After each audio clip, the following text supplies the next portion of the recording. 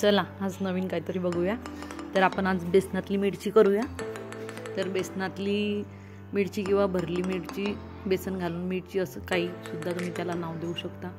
तर मी इथे 2 वाट्या बेसन घेतलेलं आहे, त्यामध्ये साखर आणि मीठ टाकून घेतलेलं आहे, कोथिंबीर, आपण तुम्ही धनेपूड थोडी घालू शकता त्यामध्ये, अजून मी इथे तिखट, धनेपूड, आपली हळद आणि सर्वात मेन म्हणजे निंबू। तर मी इथे 2 निंबू इथे पिळून घेतलेले आहे। तर निंबू अवश्य टाका, म्हणजे अजून चांगली टेस्ट येईल।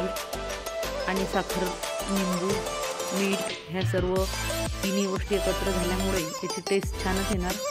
ते हळद, मसाला आपण सगळं त्यामध्ये टाकून घेतलेलं आहे। तर यामध्ये तुम्ही आता मिरचीला असे काप पाडून, सर्व मिरच्या आपल्याला स्वच्छ धुवून कापून घ्यायच्या आहे मधात। तर जास्ती बिया असेल तर तुम्ही काढू नका, बिया काढल्या तरी चालते। तर आता इथे आपण कढईमध्ये तेलसुद्धा तापवायला ठेवलं आहे, पण जास्त तेल आपल्याला इथे लागत नाही। तर जे बेसन आहे ते आपण सर्व एकत्र करून घेतलेलं आहे। त्यानंतर असं थोडं जास्त पातळ नाही तर घट्टसरच आपल्याला ते भिजवून घ्यायचं आहे। आणि प्रत्येक मिरचीमध्ये ते आपल्याला भरून घ्यायचं आहे। तर आपण इथे सर्व मिरच्यांमध्ये ते भरून घेऊया थोडं थोडं। सर्व मिरच्यांमध्ये आपलं भरून झाल्यानंतर आपण सर्व मिरच्या कढईमध्ये टाकून घेऊया। तर तुम्ही बघू शकता इथे आपण सर्व मिरच्या आपल्या भरता आहे। तर दाबून दाबून ह्या मिरच्या सर्व भरून घ्या।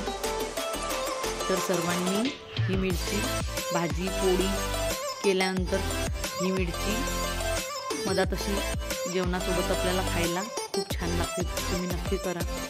तर आपण पोळीसोबत, मला आवडल्यास पोळीसोबत हे खाऊ शकता, पण भाजी पोळी असताना ही अजून एक मधात दुसरा पदार्थ हा केला त्यानंतर भाजी पोळीसोबत आपण टेस्टची चांगली घेऊ शकतो। तर सर्व मिरच्या आपल्या झालेल्या आहे खालून, आणि वरतून सुद्धा आपण याला परतून घेऊया। तर यामध्ये जे पाणी आपलं राहिलेलं आहे ते पाणी सुद्धा आपण वरतून टाकून घेऊया थोड्या वेळाने। हे बघू शकता तुम्ही इथे ते पाणी आपण बेसनाचं वाया जाणार नाही आपलं, तर ते आपण यामध्ये टाकून घेतलेलं आहे। तर वरतून तुम्ही इथे टाकू शकता। कशी वाटली मिरची सगळ्यांनी लाईक आणि कमेंट करा, सबस्क्राईब करायला विसरू